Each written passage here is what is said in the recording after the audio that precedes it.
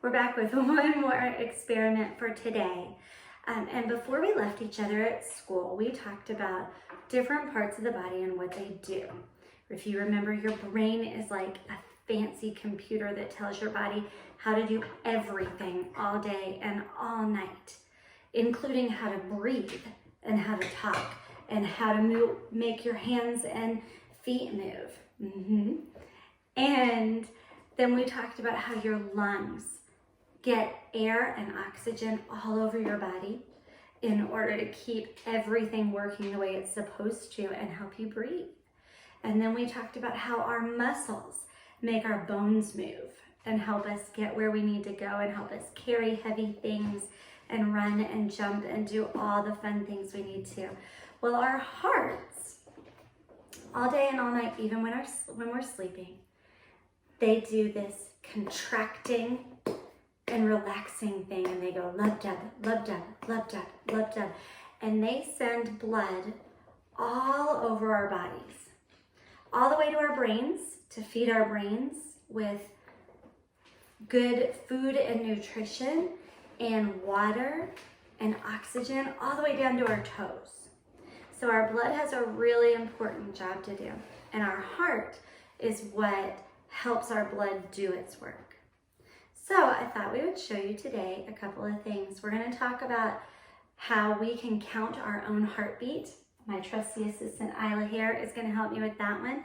And then I'm going to show you an experiment you can do at home potentially where you can actually make a heartbeat. So let's do the experiment first, and then we'll talk about how you can count your own heartbeat, okay? So if you were doing this at home, and not everyone will have all of these things, and that's okay, because you have this video you get to watch.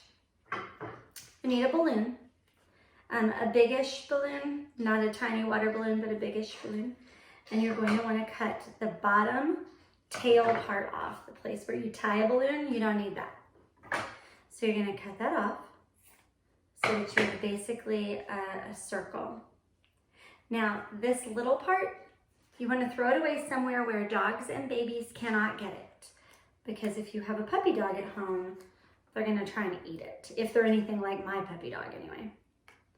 All right, so we're going to stretch this balloon out a little bit. Mine is a tightish balloon. And make sure that that's wide enough that's going to fit over a jar in a minute. So we have just a Pyrex baking dish. You can use any kind of big bowl. It's gonna be a little messy, so you're gonna want something to catch the mess. A jar. Mrs. Starr here only has one from an Irish pub, so any kind of jar will work. Some water, a little food coloring if you like, but you can use plain water too, and a straw. Now you guys know Mrs. Starr here is not a big user of plastic straws that we throw away.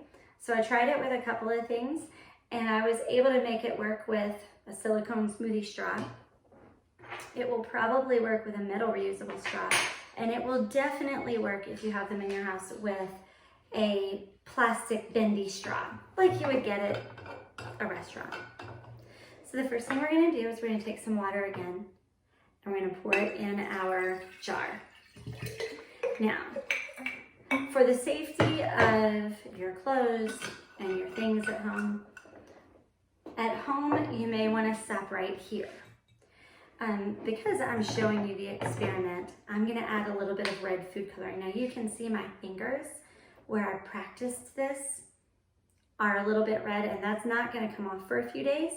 So at home you may want to do it just with water. All right, so I'm going to swirl that around. What does my water look like now? Blood. Yes. So now remember that balloon where we cut the bottom of it off and we stretched it just a little bit? I'm going to take it and I'm going to place it right over the top of my jar. Grown-ups, do you see how this is fitted right over the top of my jar? Now, friends, you're going to need scissors. All of my friends, this is a place where you're going to want your grown-ups to help you. You're going to make a very small cut in the top of the jar, just big enough that you can fit your straw in.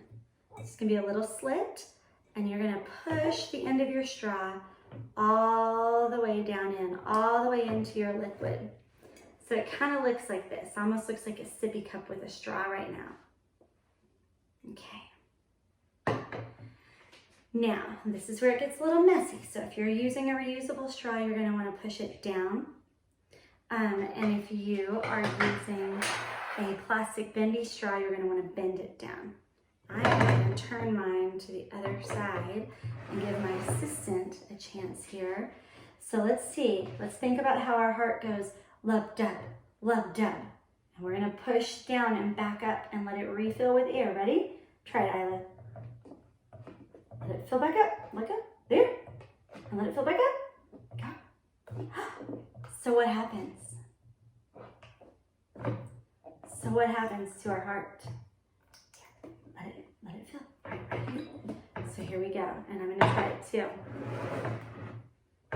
Lub dub, lub dub, lub dub, lub dub, lub dub, lub dub, lub dub, lub dub. Fill back up with the air. I made it too airtight. Lub dub, lub dub, lub dub. You guys can do that. Woohoo! So all the blood down there is out, and then you can refill it. You can get the air. Here we go. Look at that.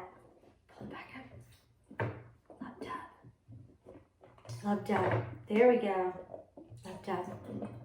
Lub dub. Lub dub. Lub dub. Lub dub. Lub dub.